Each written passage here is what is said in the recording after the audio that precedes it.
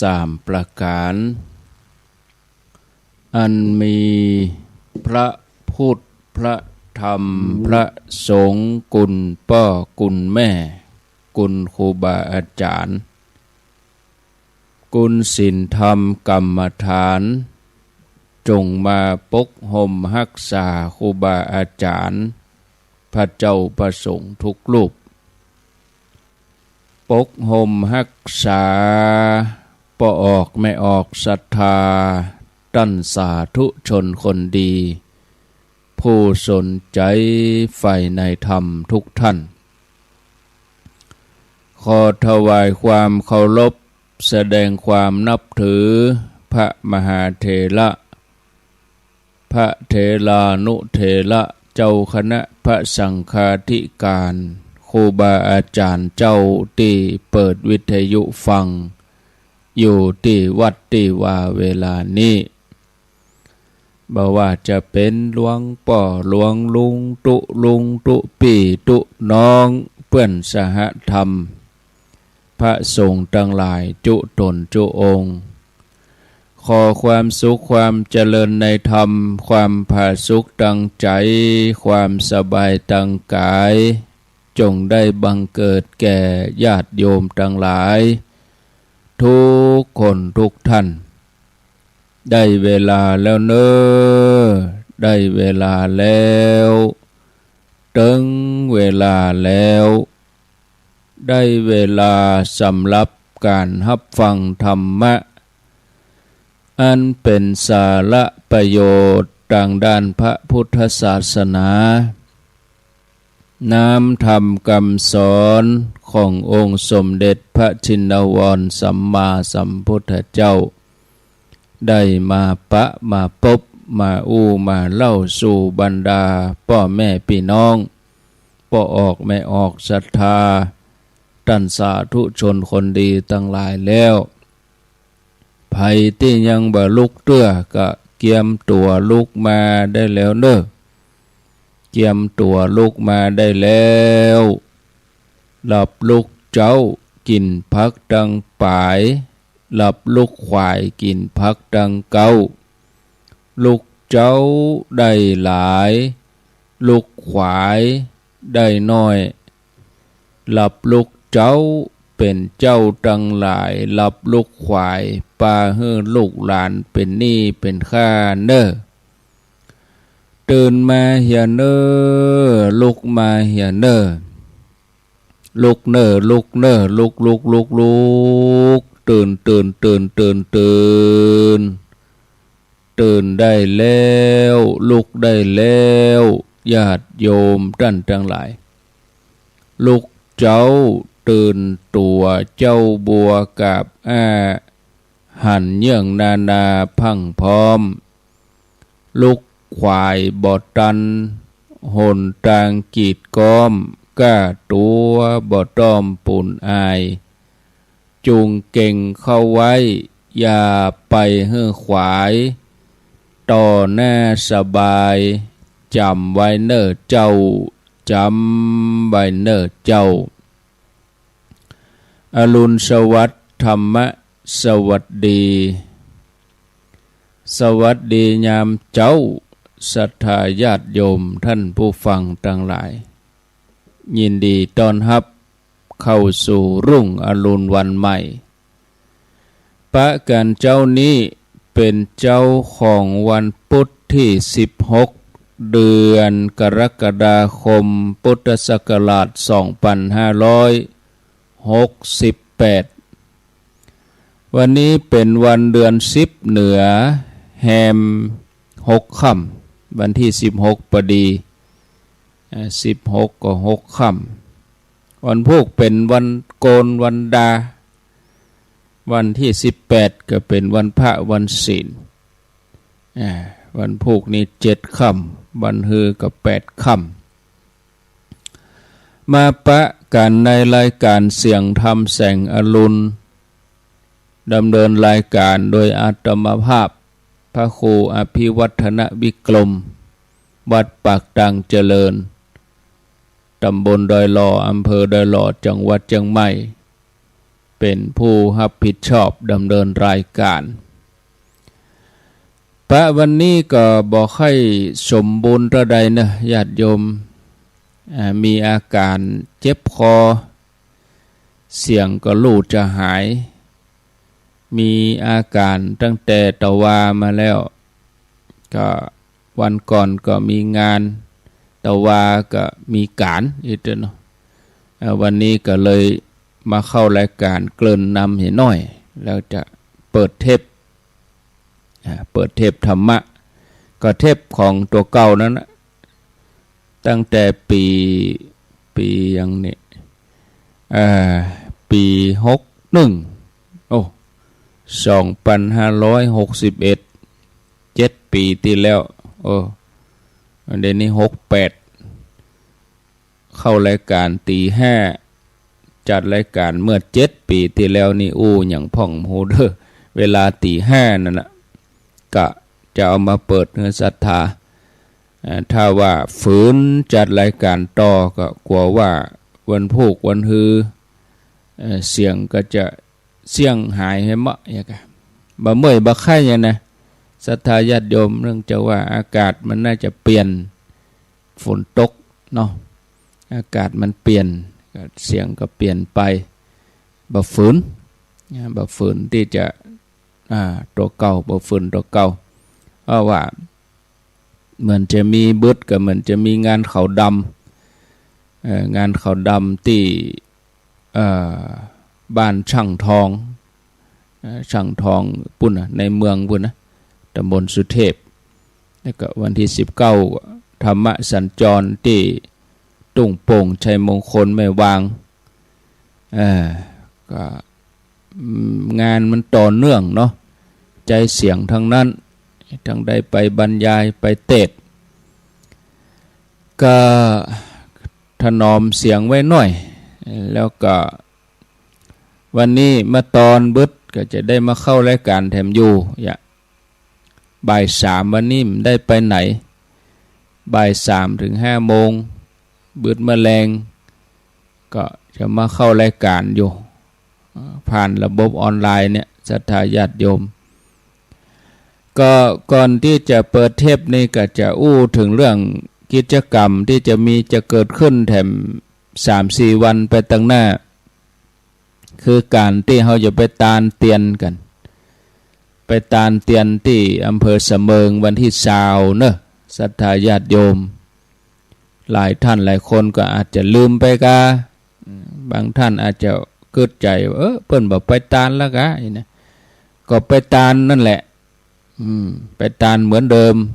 วันที่20ต่างคนต่างออกเด้อไปปะกันปุ้นเวลา10 โมงต่างคนต่างเดินทางไปออกกี่โมงก็แล้วแต่ก็กะว่าไปถึงเสมิงปุ้น10 โมงก่อนเพลไปถึงเขาก็ไปทำบุญเลยไปทำบุญตามเจตนาเกียมซองไป9 ซอง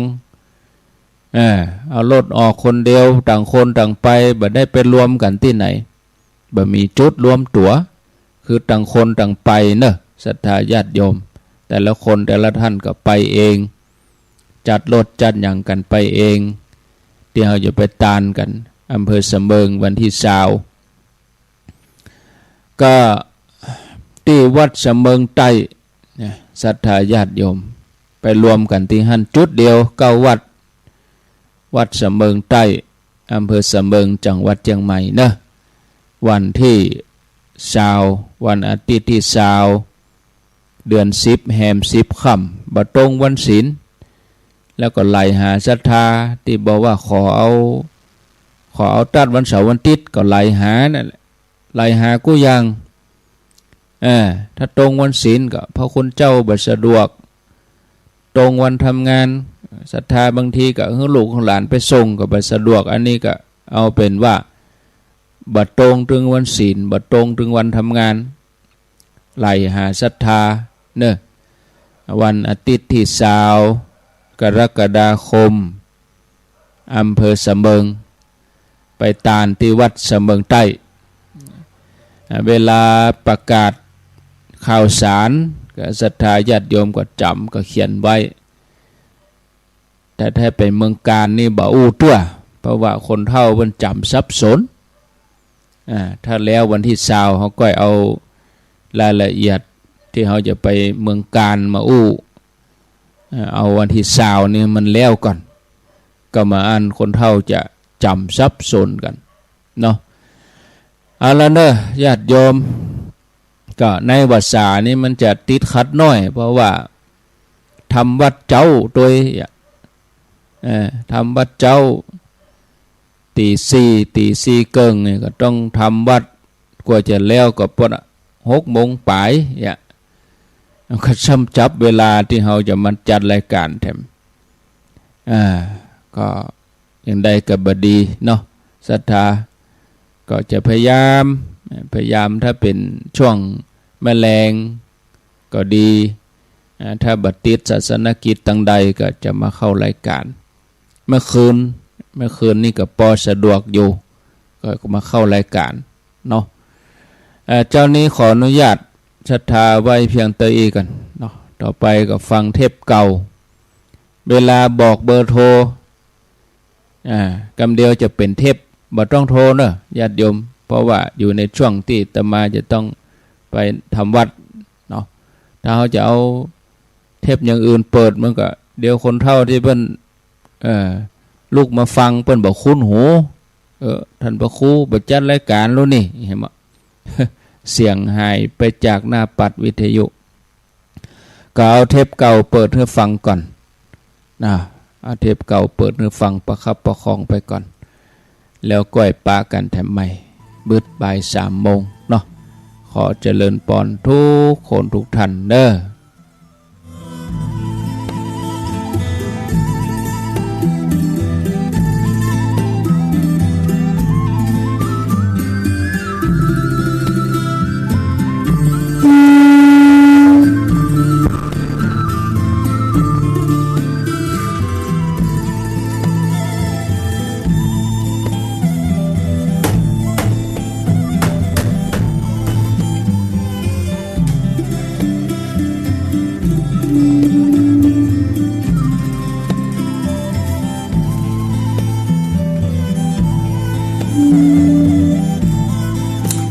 เอาละศรัทธาญาติโยมท่านทั้งหลายก็ต้องขอสุมาอภัยของมันบล่ำได้ใจเนาะเมื่อไหนได้มาเหตุกรรมก่อนเข้ารายการตะกี้ก็เช็คจัดดีก่อนเข้ารายการตะกี้ก็เสียงก็ออกจัดดีเพื่อจะมาใจแต่เสียงบะหมี่ตอนนี้ก็ออกแล้วปกติได้เวลาแล้วเนอได้เวลาแล้วเติงเวลาแล้วได้เวลาสำหรับการรับฟังธรรมะอันเป็นสาระประโยชน์ทางด้านพระพุทธศาสนาน้ำธรรมคำสอนขององค์สมเด็จพระชินวรสัมมาสัมพุทธเจ้าได้มาปะมาพบมาอู้มาเล่าสู่บรรดาพ่อแม่พี่น้องพ่อออกแม่ออกศรัทธาญาติโยมท่านสาธุชนคนดีทั้งหลายแล้วไผที่ยังบ่ลุกก็ลุกมาเฮียเนอลุกมาเฮียเนอลุกมาได้แล้วตื่นมาได้แล้วหลับลุกเจ้ากินผักตังไปหลับลุกขวายกินผักตังเก้าลุกเจ้าได้หลายลุกขวายได้น้อยหลับลุกเจ้าเป็นเจ้าตังหลายหลับลุกขวายปาเฮือลูกหลานเป็นนี่เป็นข้าเนอ ตื่นมาเหียนเนื้อลุกมาเหียนเนื้อลุกเนื้อลุกเนื้อลุก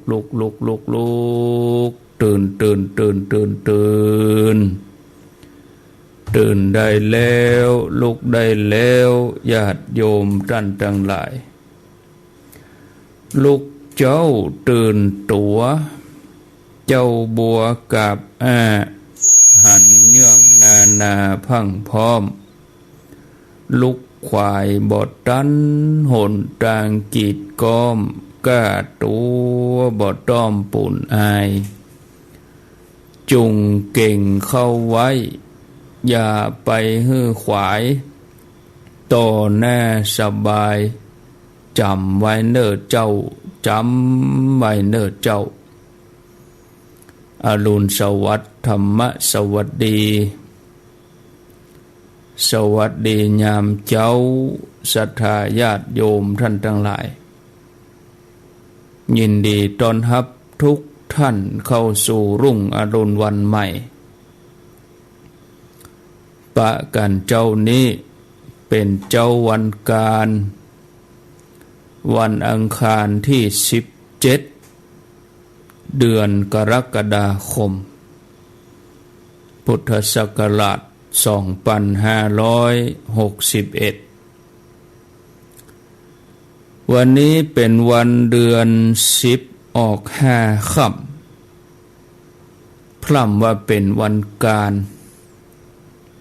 วันนี้เป็นวันเสียประจำเดือนเนอะเกียง59เสียติดกับจันทร์นี่60เสียการวันเดียววันนี้เป็นวันการก็เป็นวันเสียประจำเดือน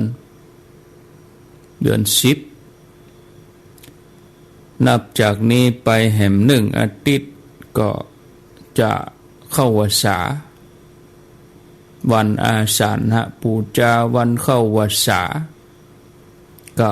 เป็นวันสำคัญของหมู่เฮาทั้งหลายเจ้าพุทธที่จะได้ทำหน้าที่ของเจ้าพุทธเฮาก็ระยะเวลาที่ห่างเหินรายการไป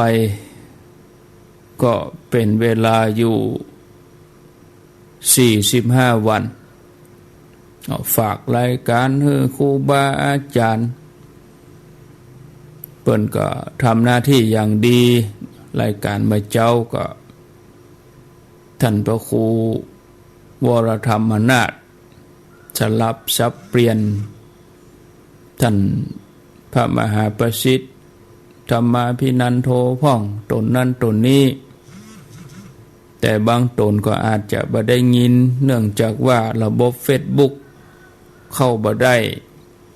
บางตนเปิ้นก็จัดรายการผ่าน Facebook เข้าบ่ได้ก็เลยบ่ได้ยินได้ฟังกันก็ตั้งนี้ต่อไปก็คงจะปกติเนอะศรัทธาญาติโยมทั้งหลายผู้ดำเนินรายการผู้จัดรายการก็จะได้มามาพบศรัทธาญาติโยมท่านทั้งหลายรายการต่างๆก็จะมีเข้ามาเป็นอย่างใดพ้องญาติโยมอยู่กันดีสบายม่วนอกม่วนใจสุขกายสุขใจกันดีเนาะกิจกรรมการงานอันยังก็ผ่านลุล่วงไปด้วยดีก็ต้องขออนุโมทนาในน้ำจิตน้ำใจความสมานสามัคคี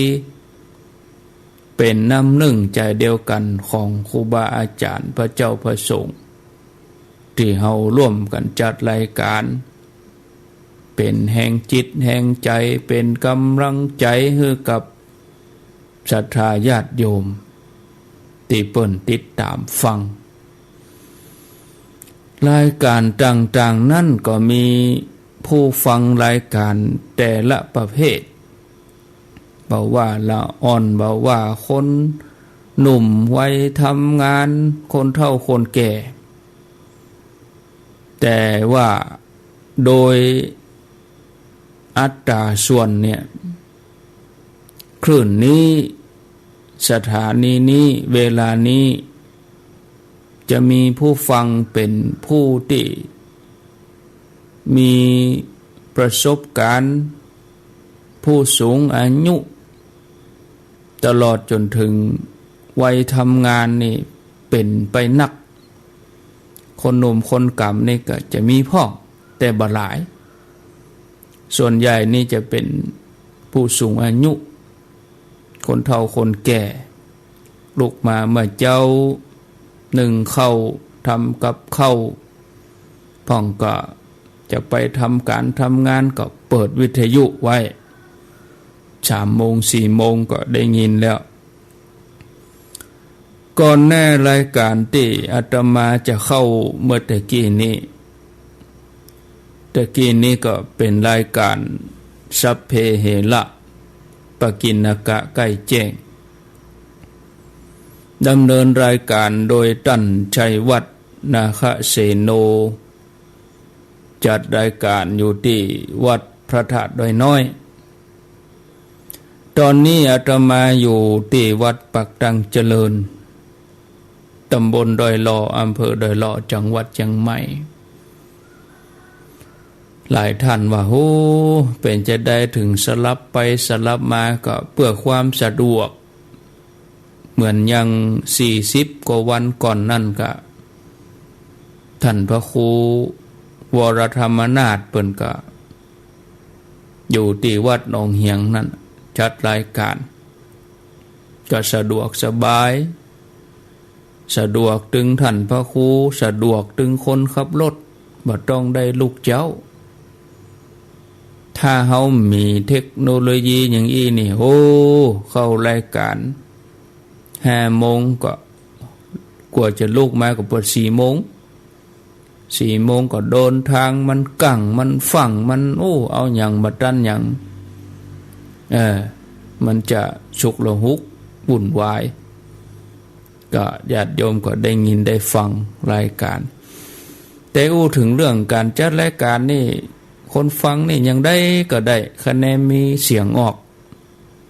จะเป็นพระคุณเจ้ารูปใดจัดอยู่ที่ไหนอันนี้สำคัญนะคะแนนมีเสียงฮือออกจากวิทยุฮือคนได้ฟังเนี่ยก็เป็นว่าใจได้ช่วงนี้การรับฟังอาจจะบ่คมชัดเท่าที่ควรเนาะศรัทธาญาติโยมแล้ววันนี้ก็จะปรับปรุงระบบออกอากาศแถมข้างหนึ่ง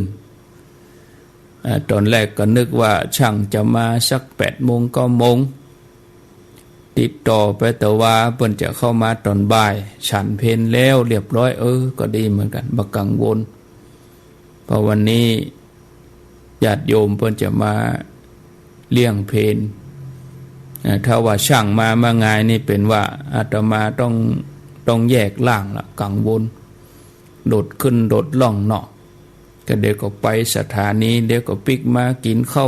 าวแล้วก็อยู่บ่ได้เมินก็สดไปหาช่างแหมยะบุญจัดสรรช่างโทรแต่ว่าจะมาตอนก่อนเนอว่าเอาลงโซ่มาง่ายนี่ก็เลยสะดวกได้อยู่วัดเพื่อเข้าตอนฉันเพลแล้วก็เตียงปลายบ่ายโมงก็จะไปยื้อพอช่างที่เปิ้นมาปรับปรุงก็หลายอย่างญาติโยมทั้งหลายมันดีขึ้นแล้วก็คุณภาพของการรับฟังก็จะคมชัดญาติโยมก็จะได้ฟังกันได้ม่วนอกม่วนใจก็ต้องขออนุโมทนาปัจจัยเงินทองก็จากศรัทธาญาติโยมหมู่เฮาทั้งหลายห้อมกันแต่ว่าวันศุกร์เนี่ยญาติโยมเขาเปิ้นห้อมตานเขาก็เอามาใช้ประโยชน์ก็เนี่ยอันใดมันที่มันจะรู้เขาก็แปลงคือมันดีเพื่อจะยืดอายุการใช้งานเพราะว่าตัวสายอากาศหรือว่าตัวเบเนี่ย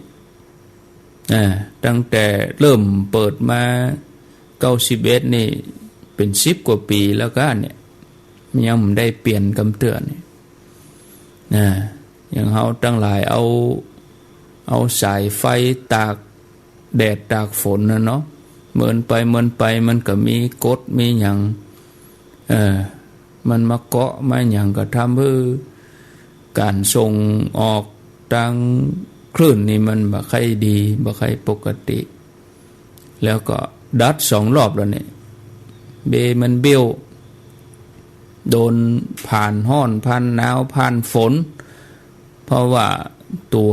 สายอากาศนี่มันเปิ้นแปลงไฟฟ้ามาเป็นคลื่นนะทีนี้เปิ้นผ่านฤดูฝนลมมากี่รอบแล้วหมู่เมื่อแล้วที่ญาติโยมบอกว่ามันบ่ได้ยินนะท่านอาจารย์อาตมาก็ฉลาดใจเครื่องส่งเขามีปัญหาอย่ากะลืมเงยพอทางบนเมาไปแปลงก็ทางลุ่มสายมันบ่ดีก็อย่างเพื่อสั่งมาเปิ้นเงยพอโอ้บุญรอท่านอาจารย์เบมันเบี้ยวไปไหนมันโดนฝนก็น็อตกะอย่างกะที่เฮาบัดกีนี่มันก็เสื่อมสภาพตามอายุอันเนี้ยสังขารมันบ่เที่ยงมันบิดมันเบี้ยวเอามาดัดให้มันซื่อแฮมเอกที่มันเบี้ยวนั่นแสดงว่ามันมีอาการอย่างคนเฮาเนี่ยเริ่มปวดหัวเข่าแล้วอย่าปวดแข้งปวดขาปวดหันปวดนี่หายใจบ่สะดวกเพราะมันมีอาการแล้วเราต้องเช็คตรวจเหมือนร่างกายคนเฮาเนี่ยอันนี้เหมือนกันมันเริ่มเบี้ยวแล้วเราก็เอามาดัดมันก็ใจเหมือนเนี่ยเนาะปีก็เกิงปีก็อาการเก่ามาฮะมั้ย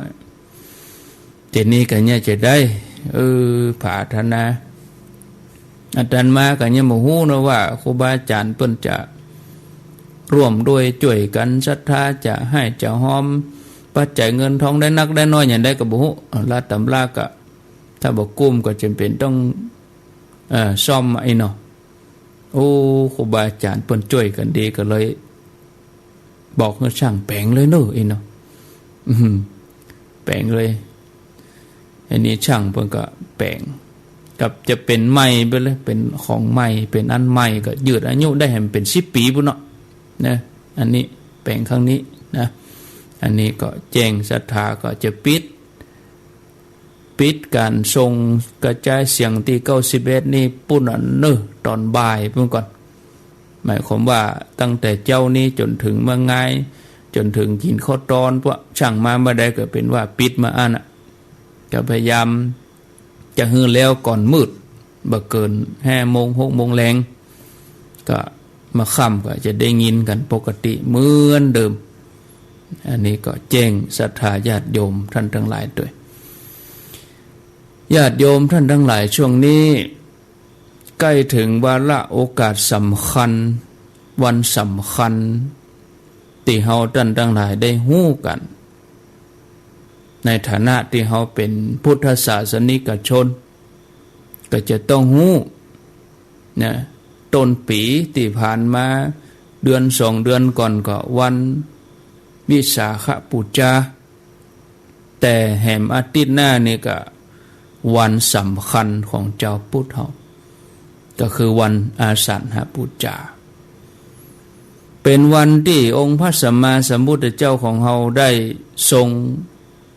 แสดงโอวาทปาติโมกข์คือกับปัญจวัคคีย์ทั้ง5โดยปัญจวัคคีย์ทั้ง5เนี่ยเป็นผู้ที่ฟังธรรมกันแรกของพุทธเจ้าโดยที่ว่าอัญญาโกฏัญญะรูปเดียวมีอัญญาโกฏัญญะรูปเดียวแล้วก็ได้ขอบวชได้ขอบวชเป็นวันพระสงฆ์ศรัทธาญาติโยมวันอาสาฬหบูชานี่นะเป็นวันพระสงฆ์วันวิสาขบูชานี่เป็นวันพระพุทธวันมาฆบูชานี่เป็นวันพระธรรม อาสาฬหปูจานี่เป็นวันพระสงฆ์เพิ่นก็เลี้ยงกันมาจัดเดียเนาะเนี่ยวิสาขปูจาวันพระพุธก็ประสูติตรัสรู้ปรินิพพานส่วนมาฆปูจากะโอวาทปฏิโมกข์วันจตุรงคสันนิบาตวันประกาศพระศาสนาส่วนวันอาสาฬหปูจานี่เป็นวันพระสงฆ์รัตนตรัยครบสามอัญญาโกฏัญญะมีดวงตาหันธรรมก็เลยได้รับการบวชจากพระพุทธเจ้าเอหิภิกขุอุปสัมปทาพระออกแม่ออกศรัทธาญาติโยมท่านสาธุชนทั้งหลายในฐานะที่เฮาทั้งหลายเป็นเจ้าพุทธเฮาจะต้องฮู้จักวันเหล่านี้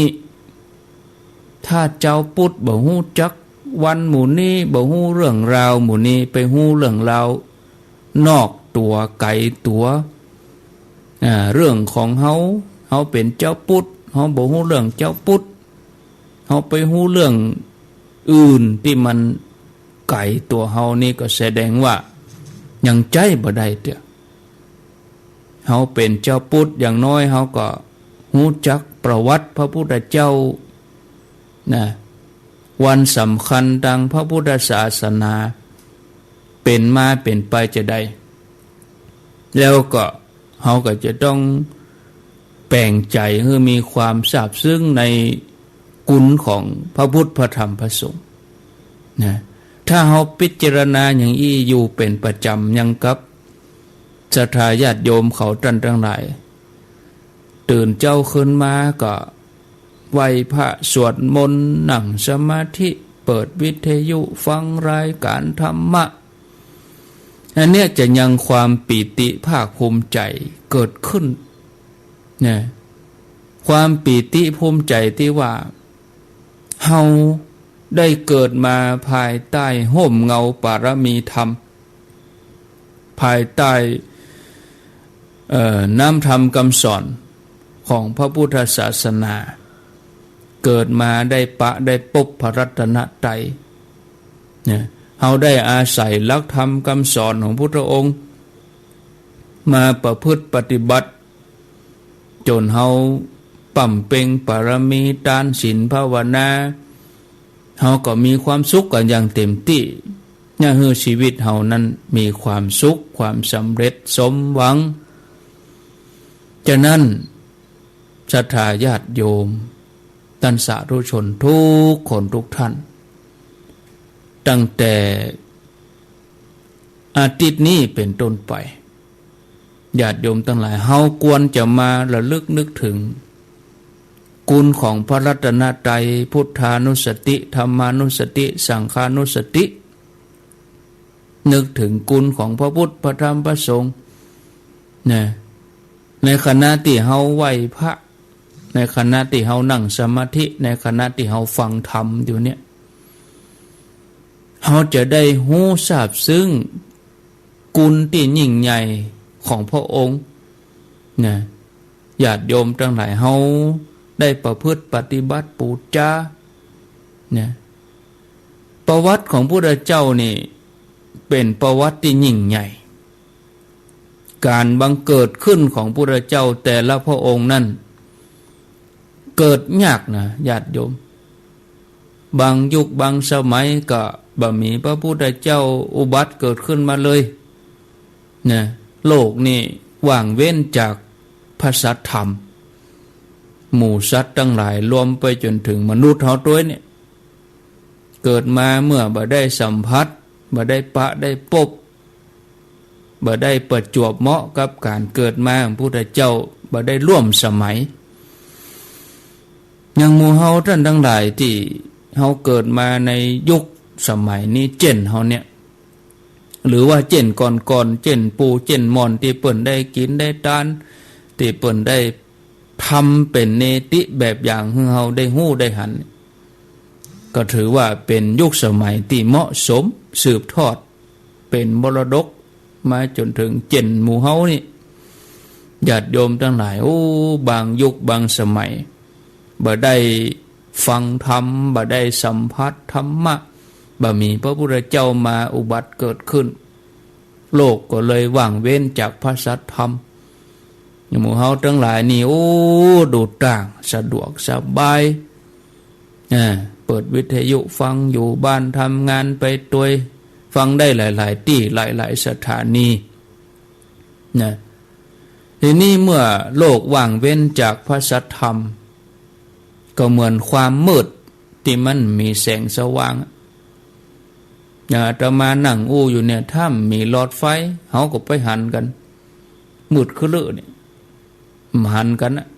ศรัทธาญาติโยมแต่ธรรมะเนี่ยถ้าบะหมีก็คือมันมืดบอดใจมืดบอดอวิชชาเนี่ยหาทางออกบะปะเหมือนละอ่อนที่เขาลงอยู่ในถ้ำนะมันมืดอ่ะเนี่ยไก่จอยวอยอยู่ในถ้ำมืดมดมืดมนนะการได้อุบัติเกิดขึ้นของพุทธองค์นั้นเป็นการบำบัดทุกข์บำรุงสุขคือกับมนุษย์จัดคือกับสรรพสัตว์ทั้งหลายนะพระองค์ได้ปั่มเป่งบารมีมาชัดเจนแจ่มแจ้งนะมีติมาติไปตั้งแต่เริ่มสร้างบารมีนับพบนับจัดบัดทวนพุทธองค์บำเพ็ญบารมีจากโพธิสัตว์เจ้านี่คือสร้างความดีมาตลอดตั้งแต่สมัยที่เปิ้นแบกพ่อแม่อยู่บนบ่าขณะที่ว่ายน้ำกลางทะเลเหงื่อแตกศรัทธาญาติโยมขณะที่กำลังแบกแม่อยู่หั่นน่ะเปิ้นก็เกิดมหากรุณาเกิดขึ้นในใจเกิดความปรารถนายิ่งใหญ่คือปรารถนาที่จะเป็นพระสัมมาสัมพุทธเจ้าเพื่อจะได้ขนเวนยสัตว์จ่อย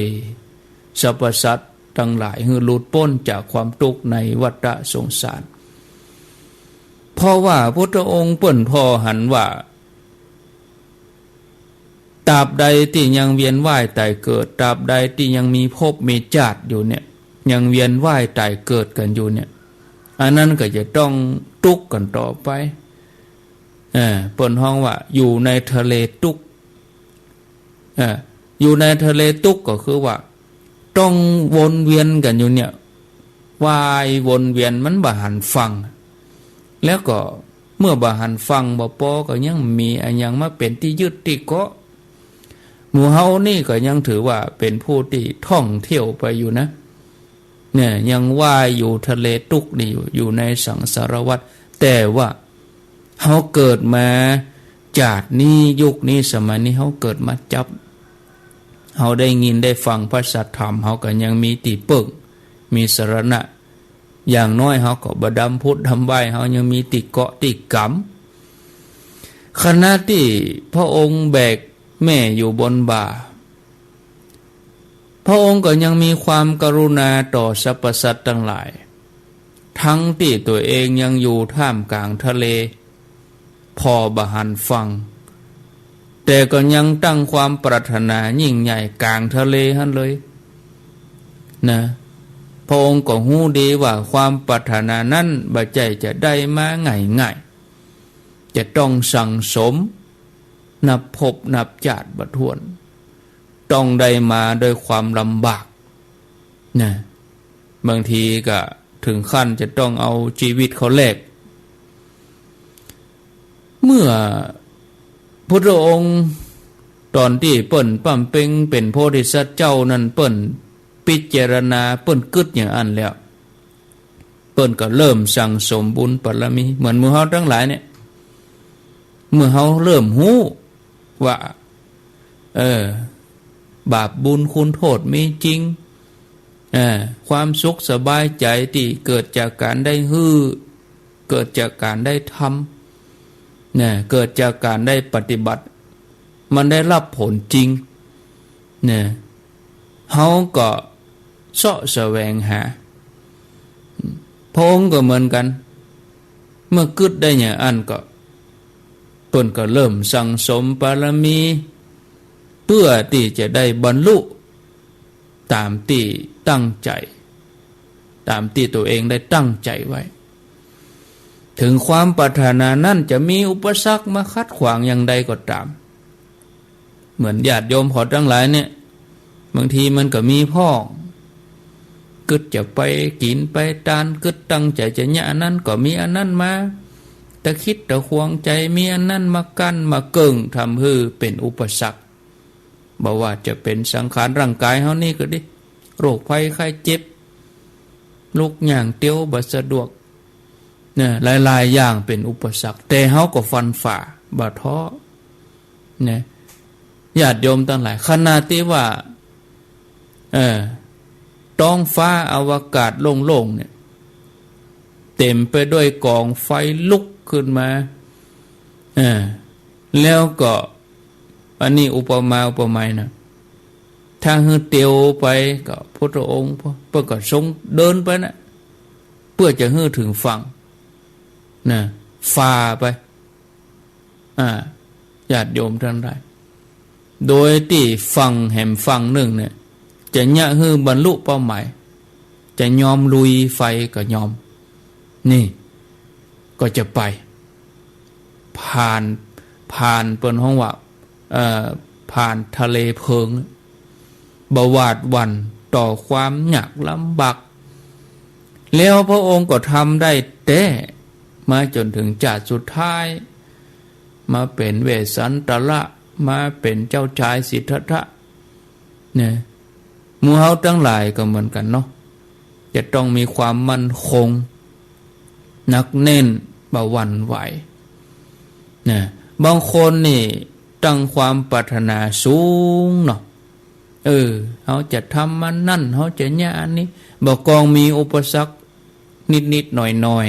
ๆเนี่ยมีอันยังอันนั้นอันน้อยมากระทบกระทั่งจะไปกินไปทาน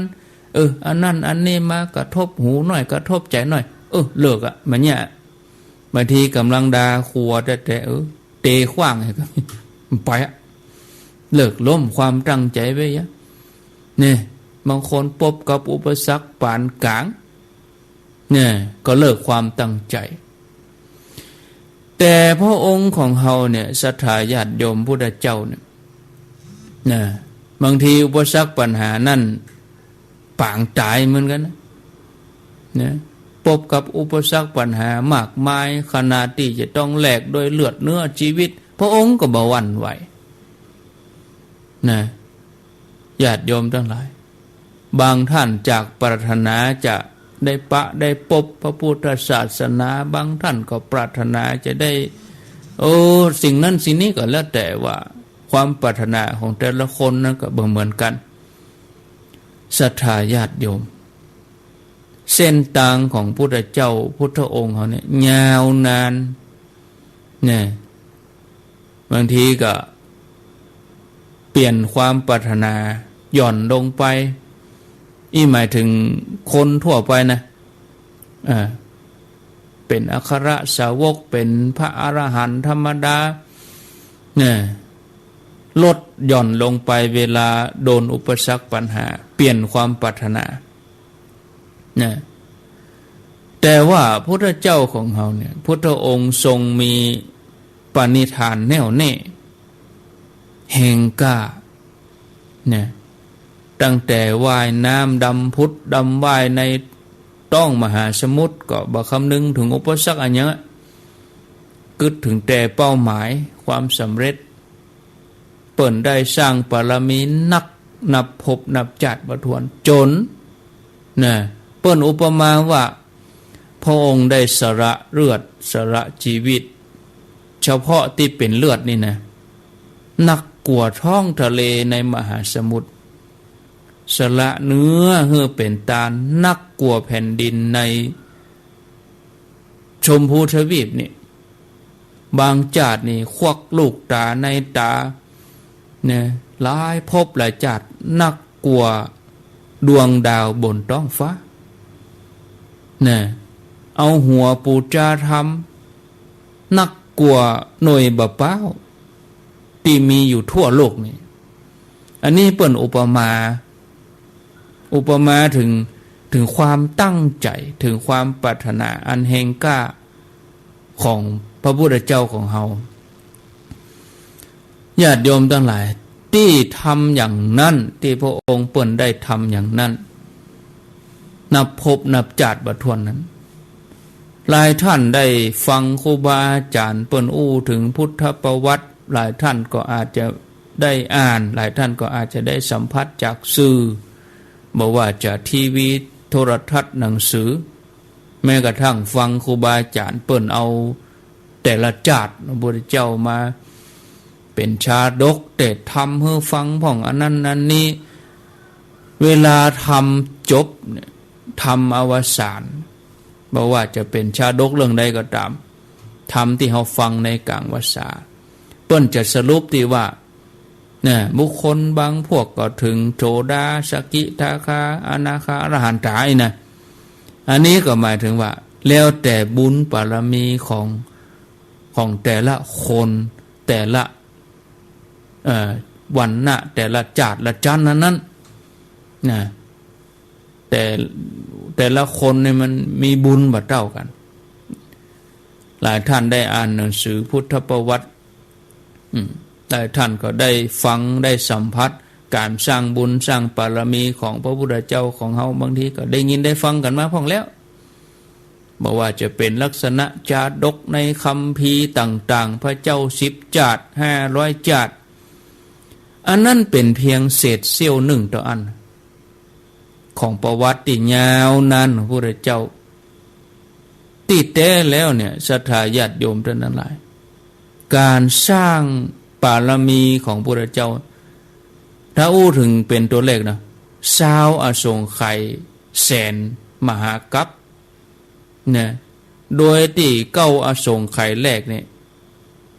เพียงกึดบ่ได้นะกึดใครเป็นพระพุทธเจ้าบ่ได้ตั้งปรารถนาเนี่ยยังบ่กล้าบอกไผเตื้อคือกึดไว้บ่ได้9อสงไขยแรกนี่เมื่อความกึดอย่างอีแนบแน่นฝังอยู่ในอุปนิสัยจาดนี้จบต่อจาดหน้าก็ตั้งใจแถมกึดแถมต่อไปจนถึง9อสงไขยเนี่ยทีนี้เพิ่นก็เริ่มเป่งกำอู้ผาธนาขอเป็นพุทธเจ้าเนี่ย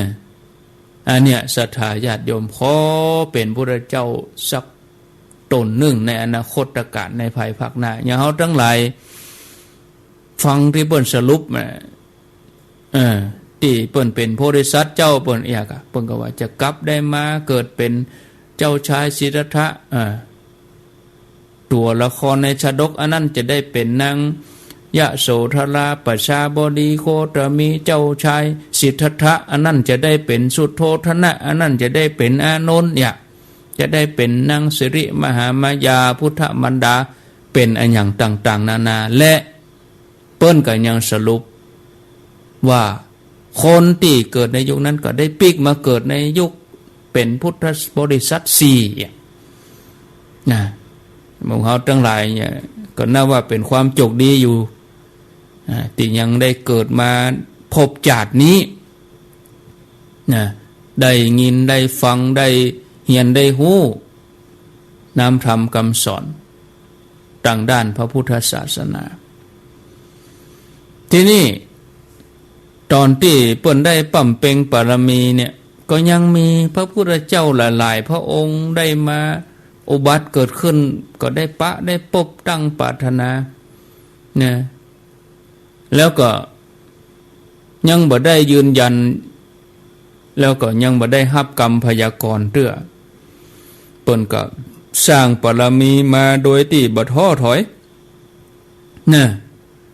เมื่อครบ16อสงไขยในระยะเวลาที่เปิ้นสั่งสมมาเนี่ย16อสงไขยเปิ้นมาเกิดเป็นสุเมธดาบสมาเป็นดาบสอยู่นะพระพุทธเจ้าของเฮาเนี่ยเปิ้นได้นอนทอดร่างกาย ฮือพระพุทธเจ้าทีปังกรที่เปิ่นเตียวข้ามขี้เปะโคนตมมาฮือหมายความว่านอนลาบฮือทีปังกรพุทธเจ้าได้เหยียบย่ำเดินไปอันนี้เปิ้นถึงฮับกรรมพยากรณ์จากทีปังกรพุทธเจ้าตนแรกเห็นนี่มาถึงสีอสงไขยแสนมหากัปติวานะสุเมธะดาบทเนี่ยได้มาเป็นพระพุทธเจ้าของเราคือสมณะโคดมนี่นะญาณทัศนะของพระพุทธเจ้าก็แจ่มแจ้งชัดเจนเนี่ยศรัทธาญาติโยมทั้งหลายอันนี้ได้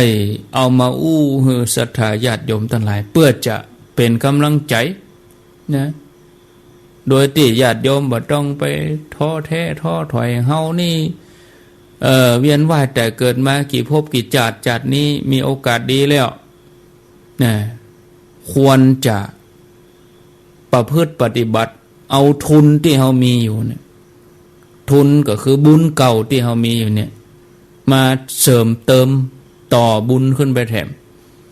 นะเมื่อพุทธเจ้าของเฮาตอนที่เปิ้นเป็นสุเมธะดาบทนั้นเปิ้นได้รับพยากรณ์จากทีปังกรพุทธเจ้าตั้งแต่นั้นมาศรัทธาญาติโยมก็ได้ชื่อ